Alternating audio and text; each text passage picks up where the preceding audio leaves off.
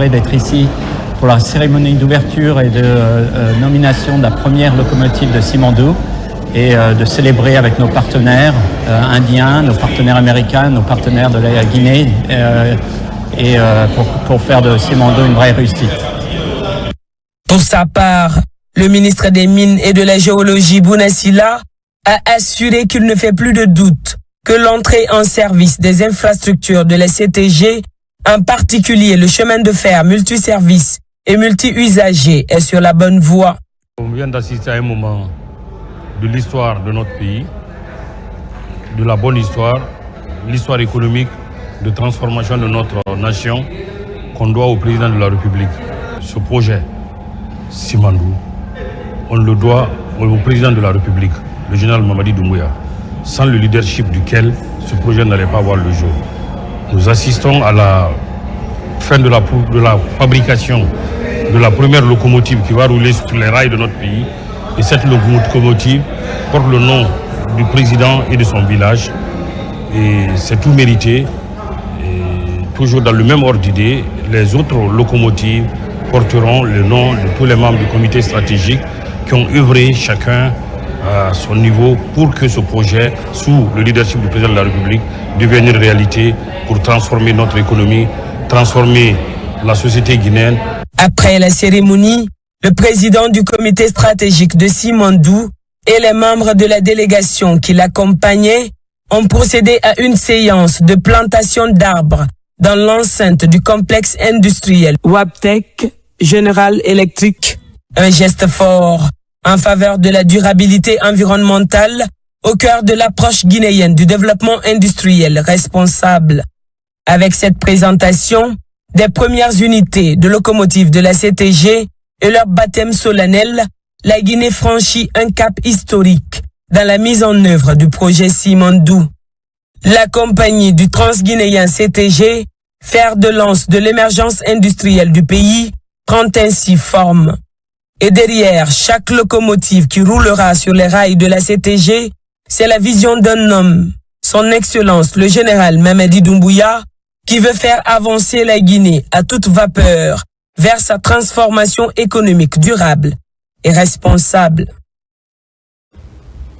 Dans le reste de l'actualité, plénière au Conseil national de la transition, ce mardi, 5 accords de financement ont été adoptés par les conseillers nationaux, notamment la convention de financement relative à la construction de la cité administrative de Koloma et l'accord relatif à l'établissement du centre international de la mangrove. Des accords qui viennent s'ajouter aux nombreux autres déjà autorisés par l'organe législatif de la transition pour booster l'économie socio-économique de la Guinée. Robert Sidi Tourneau.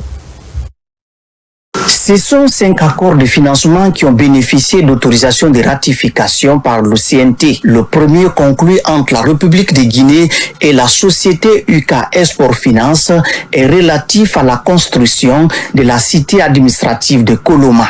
Pour un montant de plus de 284 429 000 euros, dont plus de 186 212 000 euros financés à part égale par les prêteurs, l'accord devrait permettre la réalisation de la cité administrative de Koloma par l'entreprise de Arbian Construction Consulting.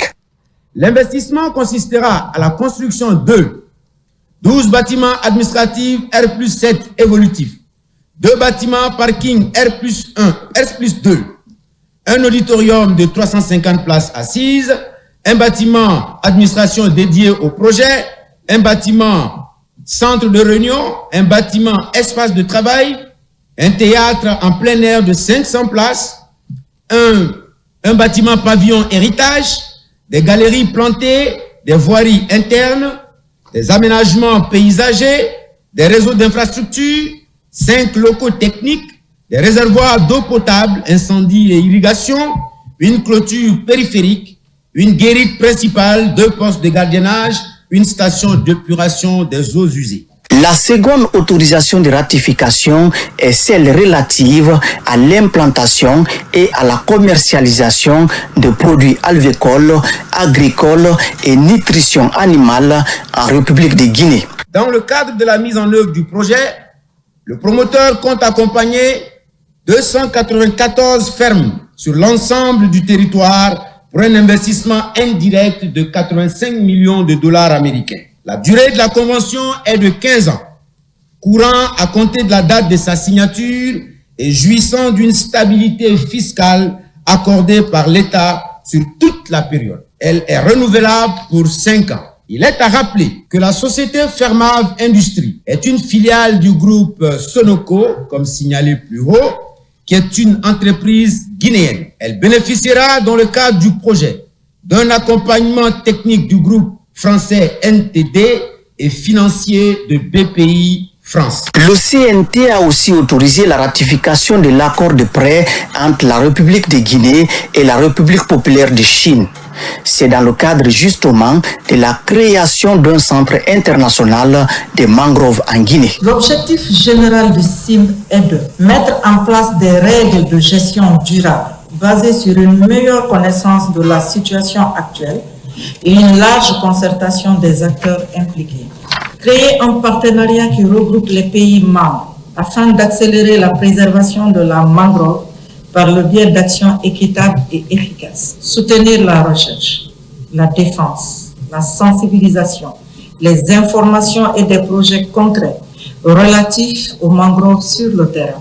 Autre autorisation de ratification, celle relative au développement de la centrale photovoltaïque conclue entre la République de Guinée et la société Kolomageli Sozar SA. La centrale sera raccordée au réseau national d'électricité au niveau de la ligne de transmission de 110 kV entre Garafiri et Conakry. Le raccordement sera effectué via une nouvelle station construite sur le terrain de la centrale en coupure d'altère sur la ligne 110 kV Garafiri-Conakry. L'organe législatif de la transition a aussi adopté le mémorandum d'entente portant sur la coopération dans le domaine scientifique et éducatif entre le ministère de l'Enseignement supérieur et de la Recherche scientifique et de l'innovation de la République de Guinée et le ministère de l'Éducation du Royaume de l'Arabie Saoudite. Pour le président du CNT, la ratification de ces accords vient apporter un plus au développement du pays. Ces 5 accords, bien que divers dans leur objet, répondent à une logique de convergence stratégique, celle de construire une République de Guinée résiliente, productive, compétitive et souveraine. Leur adoption doit être suivie d'une exécution exemplaire, transparente et inclusive. Le gouvernement est invité à faire preuve de diligence, de rigueur dans le respect des engagements pris. Et surtout d'une obligation de reddition des comptes périodiques à la représentation nationale quant à l'évolution et l'exécution des travaux. Le gouvernement, à travers le ministre secrétaire général de la présidence de la République, général Amara Kamara, s'est félicité tout d'abord de l'adoption de ces différents accords. Il est ensuite revenu sur les prochaines orientations du gouvernement dans le cadre de la construction de la cité administrative de Koloma. Ces mesures sont les reflets de notre engagement envers la justice et l'équité, valeurs fondamentales qui doivent toujours guider notre action de gouvernance conformément à la vision du président de la République, le chef de l'État, le général Doumbouya. Je tiens à réaffirmer l'importance cruciale de cette ratification. Votre soutien aujourd'hui sera le pilier qui permettra à notre administration de s'ériger sur des bases solides, modernes et humaines. Ensemble, nous avons l'opportunité d'affirmer notre détermination à bâtir un avenir meilleur pour notre pays et à répondre aux aspirations légitimes de nos concitoyens. Ces accords viennent s'ajouter aux nombreux déjà votés par le Conseil national de la transition. Troisième édition du dialogue sur les investissements entre la Guinée et la Malaisie. C'est dans l'agenda économique bilatéral de ces deux pays. Ce rendez-vous incarne également la volonté commune de bâtir un partenariat concret, durable et mutuellement bénéfique. Pour cette édition, des échanges ont eu lieu entre une trentaine d'entreprises guinéennes et malaisiennes autour des idées et projets. Abdul Karim Kamara.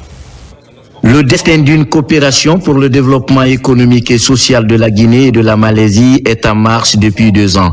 Une initiative portée par un dialogue sur les investissements entre les deux pays. Ce partenariat remet le couvert pour sa 3e édition. Ici, 9 entreprises malaisiennes et 23 entreprises guinéennes échangent autour des idées et des projets. Un travail mâché par le tandem ambassade de Malaisie en Guinée, l'agence de promotion des investissements privés. This is a bit special because our focus also towards Guinea. La particularité de l'édition de cette année, c'est qu'elle est en ligne avec le projet Simandou 2040. Donc, nous avons fait en sorte que les différents points qui ont été discutés ici, qu'ils soient réellement en ligne avec les objectifs du gouvernement en ce qui concerne le projet Simandou. Nous avons tenu à faire en sorte que les entreprises malaisiennes présentes ici, ou bien qui ont l'intention de venir, qu'elles s'empruntent de tout ce qui est de la loi, qui s'empruntent des informations sur la loi portant sur le contenu local, pour qu'elle puisse réellement mieux s'approprier de son contenu.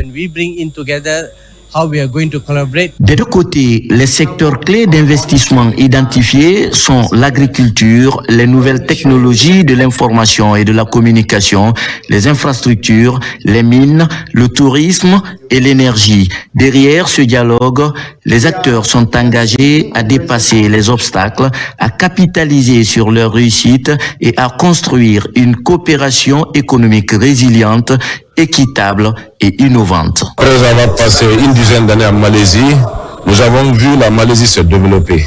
Nous avons vu beaucoup de choses là-bas, intéressantes, et nous avons voulu vraiment importer ce que nous avons vu en Malaisie, en Guinée.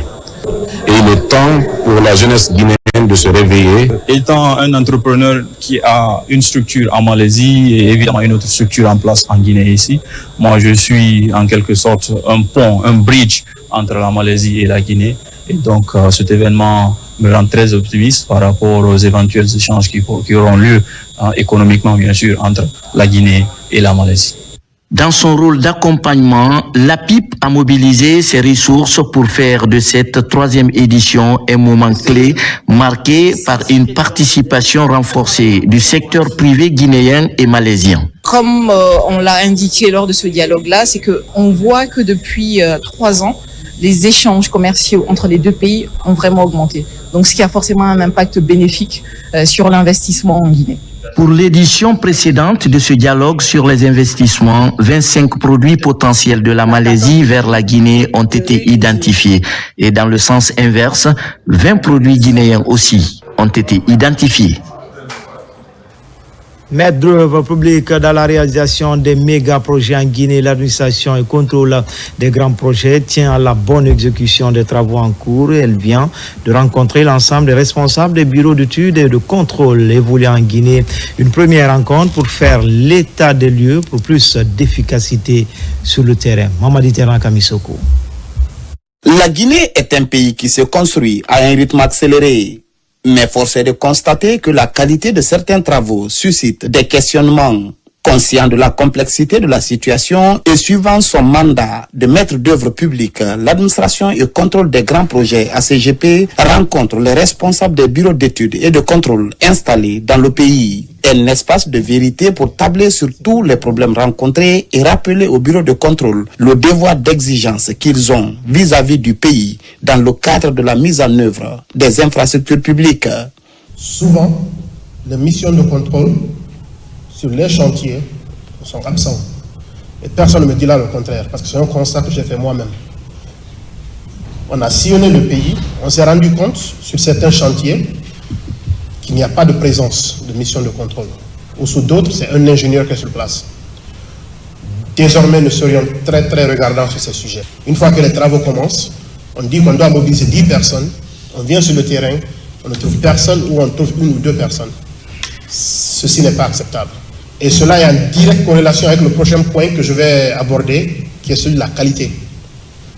Malheureusement, les ouvrages qu'on a eu à visiter ne répondent pas aux normes et aux standards auxquels nous devons tous adhérer. Parce que je vous explique, ces infrastructures que nous construisons, nous les construisons pour nous-mêmes, pour nos enfants et pour nos parents. Donc si on ne s'assure pas que ces infrastructures sont de qualité, nous faisons nous-mêmes du tort. Donc je voudrais appeler ici à la bonne collaboration, au bon travail, à une exigence sur le terrain. De par la loi, les bureaux d'études et de contrôle relèvent directement de l'ACGP. Le doute sur la question a été écarté au cours de cette première rencontre d'échange. L'autre point, et non des moindres évoqué, est relatif au non-paiement des bureaux de contrôle. Le problème est sérieux, c'est pourquoi dans ces réformes, l'ACGP prévoit d'héberger les paiements des bureaux de contrôle pour faciliter les décaissements. Pensons jusqu'à maintenant que nous sommes en très grande difficulté par rapport au paiement, mais nous avons vu dans l'intervention de l'administrateur que vraiment c'est une préoccupation qui est vraiment majeure à son niveau. Mieux vaut tard que jamais.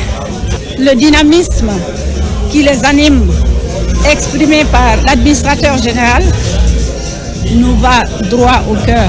Par cette rencontre qui se veut périodique, les deux parties balisent le chemin d'un partenariat fécond. Désormais, l'équation coût-qualité-délai doit être de mise dans l'exécution de tous les travaux d'infrastructure publique en Guinée.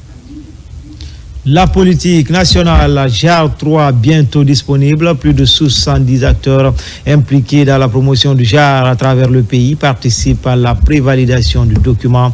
Avec un cycle de vie de 5 ans, la nouvelle politique va assurer des prévisions liées aux questions du JAR. Alassane Tambaya Conté, Mohamed De Camara. La nouvelle politique nationale JAR 3 en prévalidation prend en compte des questions émergentes, notamment l'entrepreneuriat, les effets des changements climatiques, des catastrophes naturelles et les crises sanitaires. La validation technique du document du PNG 3 qui va couvrir 2025-2029 regroupe 73 acteurs nationaux impliqués dans la promotion du JAR. Cette version provisoire formulée et présentée par le ministère de la Promotion féminine à travers la Direction nationale du JAR connaît un appui du consultant spécialiste des questions du JAR. Comme tout développement nécessite une planification, nous sommes là dans le cadre de la planification sur 5 ans des activités qui pourraient être menées pour améliorer les conditions du genre en République de Guinée. On espère que ce document fera l'objet d'un consensus par rapport à toutes les parties prenantes en République de Guinée. Aujourd'hui, ce sont le baromètre de tout ce qui est question de genre dans les différents ministères. Et si vous ne vous retrouvez pas dans ce document, ça veut dire que quelque part, on aura raté un levier qui est très important sur tout ce qui est promotion et protection des femmes en Guinée. Bâtir une société débarrassée de toute forme d'inégalité qui garantit à tous la réalisation de leur potentiel constitue l'un des engagements des autorités au plus haut niveau. Historiquement, la toute première politique nationale du genre remonte de 2011 et celle qui fait l'objet de révision date de 2017. Après 7 ans de mise en œuvre, il est nécessaire de la réviser en l'adaptant au nouveau contexte et ce, conformément à certaines nouvelles réalités sur les plans internationaux au DD3.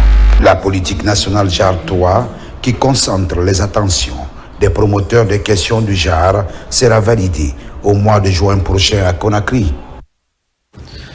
Peine avec l'opération se poursuit pour les Guinéens de 10 ans et plus. En déplacement à Kirouané, le ministre de l'Énergie sensibilise sur la portée de cette mobilisation citoyenne dans cette zone aurifère. Les travailleurs sont interpellés par le ministre Abakar Kamara pour aller massivement se faire essencer. Nabi Kamara. En séjour de travail à Kirouané, le ministre de l'Énergie, de l'Hydraulique et des Hydrocarbures est allé sur le site minier du projet Simandou.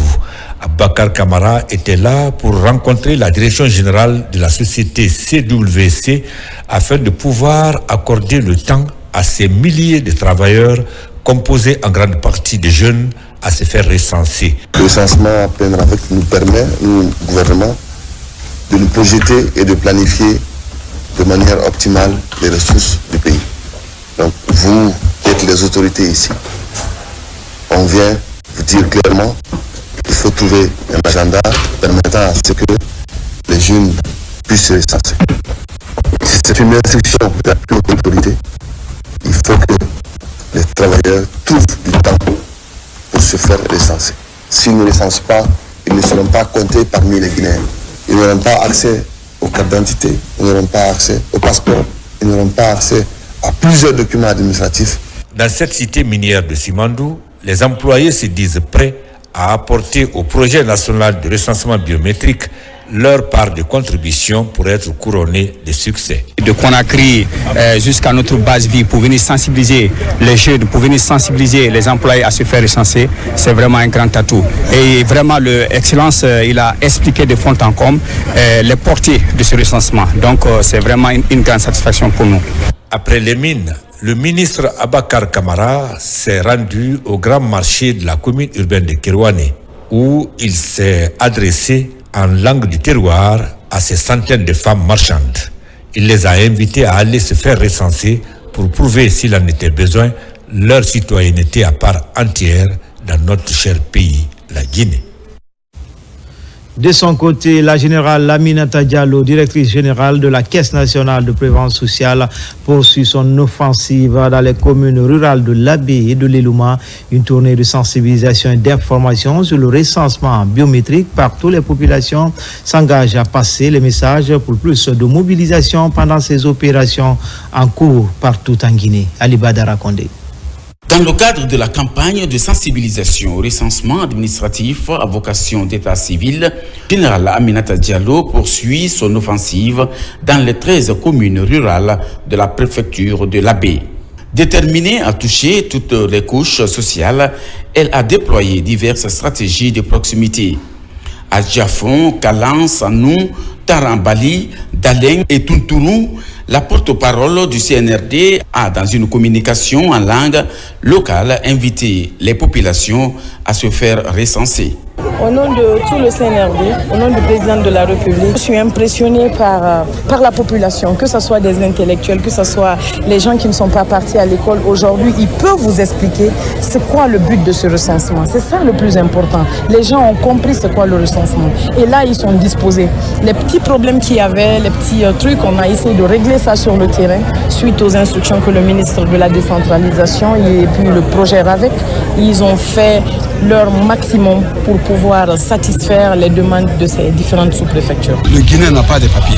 Si vous voyez aujourd'hui, partout le centre d'enrôlement c'est rempli, il y a des vieux qui n'ont pas d'extrait de naissance, il y a des jeunes enfants qui sont à l'école, ils n'ont pas d'extrait de naissance et on a envoyé ça, Dieu merci. Dans la même dynamique, les émissaires du président de la transition, le général Mamadi Doumbouya, se sont rendus dans les communes rurales de Mandassara et Linsansara dans la préfecture de l'Elouma, ainsi qu'à Koubia. Dans chacune de ces localités, la porte-parole du CNRD et sa délégation ont échangé avec les différentes composantes sociales autour des enjeux et avantages du recensement biométrique en cours. Je demande à la population de sortir. Les gens qui ne se sont pas recensés, d'aller se faire recenser parce qu'ils connaissent maintenant quel est l'objectif au fait de ce recensement. Donc aujourd'hui, on a fini la préfecture de l'Abbé. La prochaine étape, c'est la préfecture de Koubia. De l'Abbé à l'Elouma, chaque étape de cette mission a été marquée par une réception solennelle de la délégation par les sages en présence des érudits. Des prières et bénédictions ont été formulées pour la réussite des projets initiés par le CNRD et son président. Mobilisation également autour du PENRAVEC à l'université de Nzérékoré a désormais son antenne du Mouvement au Plus, une plateforme de mobilisation citoyenne initiée par le ministère de l'Enseignement supérieur. Déjà, le mouvement est opérationnel dans plusieurs institutions d'enseignement supérieur du pays. Aussitôt installé, le mouvement lance ses activités de sensibilisation autour du recensement biométrique. Mohamed Saloupaï, Mohamed Lamine Diallo. Faire des étudiants des relais d'information au sein de leur famille et communauté, tel est l'objectif de cette cérémonie de lancement officiel de l'antenne universitaire de sensibilisation pour le recensement biométrique PENRAVEC. Ces étudiants seront désormais chargés d'informer et de sensibiliser les parents sur l'importance du recensement biométrique, mais aussi d'accompagner les ménages dans les démarches nécessaires à l'obtention des pièces administratives requises. Cet acte le recensement est un acte civique et citoyen qui permet à l'État de faire des planifications pour les actions de développement socio-économique de notre pays. C'est à cette occasion que je remercie notre ministère de l'Enseignement supérieur, de la Recherche et de l'Innovation pour cette belle initiative. L'une des problématiques sur le terrain qu'on a eu à constater, c'est le manque d'extrait de naissance. Et cela, à travers la préfecture, nous avons pris des registres. Comme vous avez dit, constater, beaucoup de personnes et des étudiants viennent pour l'obtention de leur extrait de naissance. Et dès que l'extrait de naissance est obtenu, ils passent directement devant les machines pour l'enrôlement. L'antenne universitaire dédiée au recensement biométrique a été lancée en présence des autorités locales et universitaires qui ont salué l'initiative. Un engagement constant en faveur du développement de notre nation grâce à ce cadre, le chef de l'État, chef suprême des armées, le général d'armée Mamadi Doumbouya. C'est une fierté pour nous tous. À travers lui, je remercie Monsieur le ministre de l'Enseignement supérieur, la recherche scientifique et de l'innovation, qui continue aussi à créer les conditions pour permettre aux étudiants de répondre valablement à leurs aspirations. Ce lancement marque une étape importante dans le processus de recensement et traduit l'engagement des institutions d'enseignement supérieur à jouer un rôle actif dans les dynamiques de développement national. Et puis les ferrailleurs des différentes casses de Conakry sont en effervescence pour cause ces vendeurs de pièces détachées. Autres métaux ferreux et non ferreux viennent de bénéficier de 5 forages offerts par le chef de l'État général Mamadi Doumbouya. La cérémonie inaugurale de ces sources d'eau potable a connu une forte mobilisation. Moment choisi pour sensibiliser ces acteurs de la filière ferraille sur les enjeux du recensement biométrique en Guinée. Marwan Kamara. Dans la commune de Matam, les travailleuses et travailleurs de la casse se mobilisent pour exprimer leur satisfaction au général Mamadi Doumbouya. Ils viennent de bénéficier d'une assistance de 5 forages offerts par le président de la République. À travers cette grande manifestation de reconnaissance, les vendeurs des pièces détachées adhèrent aux idées du CNRD et invitent la population guinéenne au recensement biométrique. Grâce à l'aide personnelle, président de la République de Guinée, le général des corps armés Mamadi Doumbouya nous a permis à forer 2 forages à Dixingar, 1 forage à Kankankoura, 1 forage à Anta et 1 forage à Sonfonia. Nous sommes convaincus que, avec le système de refondation prôné par le chef de l'État et de son gouvernement, la casse espéra être reconstruite en casse moderne, comme dans les autres pays limitrophes. La cérémonie inaugurale de ces forages est suivie par un carnaval de sensibilisation et d'information des citoyens sur les enjeux du recensement administratif à vocation d'état civil, PNRAVEC.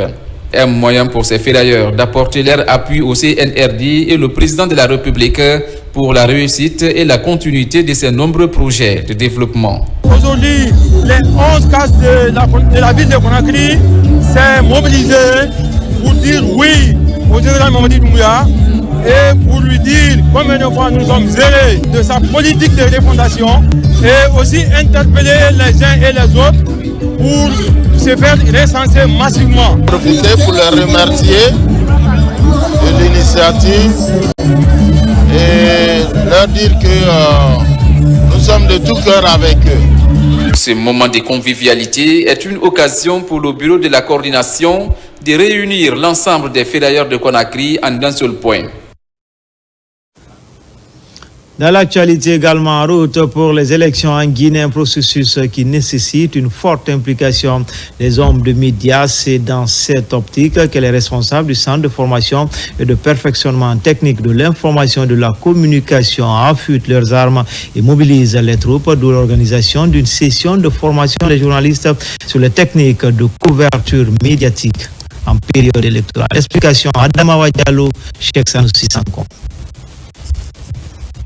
Ce mardi 27 mai, le Centre de formation et de perfectionnement technique de l'information et de la communication a organisé un atelier dédié au renforcement des compétences des journalistes issus des médias publics et privés portant sur les techniques de couverture médiatique en période électorale. Il était de notre devoir en tant que ministère de l'Information et de la Communication en tant que centre de formation donc, de mettre l'accent sur les techniques de couverture d'une élection, notamment le référendum en perspective, mais aussi les élections locales et nationales, pour que les journalistes puissent justement s'approprier de la manière la plus plausible professionnellement de traiter l'information en période électorale.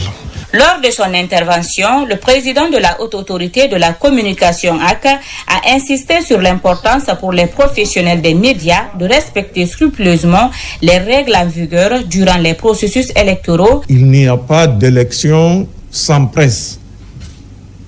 Et je voudrais dire sans une presse responsable. Parce qu'une élection est une période de tension. Et tous les moyens sont permis, même si la loi les interdit. Je voudrais donc féliciter le centre de formation et son directeur et tout le personnel pour avoir pris cette initiative heureuse. La circulation de l'information, chers amis de la presse, en période électorale est une question essentielle mais aussi préoccupante. D'autant plus qu'en la matière, vous savez, que d'autant plus l'information, elle est bien véhiculée, diffusée à travers les médias, d'autant plus qu'elle participe à la stabilité sociale, mais surtout politique. Il ressort que l'adhésion des journalistes au thème de l'atelier constitue un facteur clé pour garantir une formation de qualité accessible au grand public en contribuant à un climat électoral apaisé et transparent. Visite de l'abattoir moderne de Kabele, un coup d'accélérateur est donné au chantier pour l'inauguration au mois de septembre prochain. L'objectif est d'aller plus vite pour respecter le délai contractuel de 9 mois afin de boucler ce projet tout en respectant les cahiers de charge. Explication Fodé Camara. La première phase des travaux de l'abattoir moderne de Kabele a été entamée en 2014. Plus de 10 ans après, les autorités du CNRD veulent tourner cette page d'éternel chantier. Cette visite guidée a permis au ministre Félix Lama de s'enquérir de l'état d'avancement des travaux de cet abattoir moderne de Kabele. À ma prise de fonction et dans mes objectifs assignés par le président de la République et le Premier ministre chef du gouvernement, figure la finalisation de cet abattoir moderne. Nous avons pour ambition de réaliser des abattoirs modernes dans toutes les régions administratives de la République de Guinée. Et l'abattoir ici en cours de finition, j'ai été très clair avec l'entrepreneur pour que cet abattoir soit rendu, c'est-à-dire inauguré au mois de septembre. Sur ce site, il est prévu une chambre froide, un espace d'abattage, des abreuvoirs et d'autres dispositifs pour le traitement hygiénique de la viande. Une priorité de santé publique suivie aussi à la loupe par les responsables de l'administration et contrôle des grands projets. Aujourd'hui, nous sommes venus constater l'avancement des travaux et globalement, on est satisfait de ce qui a déjà été fait et maintenant on demande à l'entrepreneur de s'engager afin de pouvoir livrer les infrastructures dans les délais. Pour aller vite au niveau des ministères du budget et de l'économie et des finances, toutes les dispositions sont prises. Tous les paiements sont faits et les équipements sont déjà commandés. Les travaux essentiels, les grosses œuvres sont finis et on est sur les travaux de finition, c'est-à-dire le rejet d'égout pour l'écoulement des eaux usées, ensuite les finitions dans les salles. Et on attend l'arrivée des équipements qui sont 100% commandés et payés, et qui seront embarqués au mois de juin. Et dès que les équipements arrivent en Guinée, on fera les installations et rendre le chantier. Installée dans un domaine de 2,5 hectares, cette infrastructure d'utilité publique aura une capacité d'abattage de 250 bœufs par jour. Espace santé dans le cadre de la lutte contre les maladies animales, y compris les zoonoses, de la Direction nationale des services vétérinaires vient de mettre à la disposition des agents de Mamou une plateforme pour la remontée à temps réel des données collectées lors des prélèvements au niveau des cheptels, des prélèvements effectués au niveau des cheptels. C'est une grande avancée dans la croisade contre les maladies d'origine animale dans cette région à vocation agro-pastorale. RTG Mamou, Mamadou Pati Baldé. Le ministère de l'Agriculture et de l'Élevage, à travers la Direction nationale des services vétérinaires, s'est engagé dans un vaste programme de riposte et de surveillance contre les maladies animales, y compris les zoonoses. Grâce à l'appui de la Banque mondiale et de la FAO, l'application de la remontée des informations à temps réel est désormais disponible dans sa nouvelle version. Il s'agit de l'EMAE Plus et sa plateforme Impressai Plus. Les agents vont utiliser l'outil pour remonter les informations en temps réel. Et si vous avez de souvenance, nous venons de terminer avec en 2022 la grippe aviaire. Ça a tellement duré à Fouroukaria et à Koya. Mais lorsque nous avons reçu les informations en temps réel à l'AB, nous avons intervenu et ça n'a pris que seulement quelques semaines.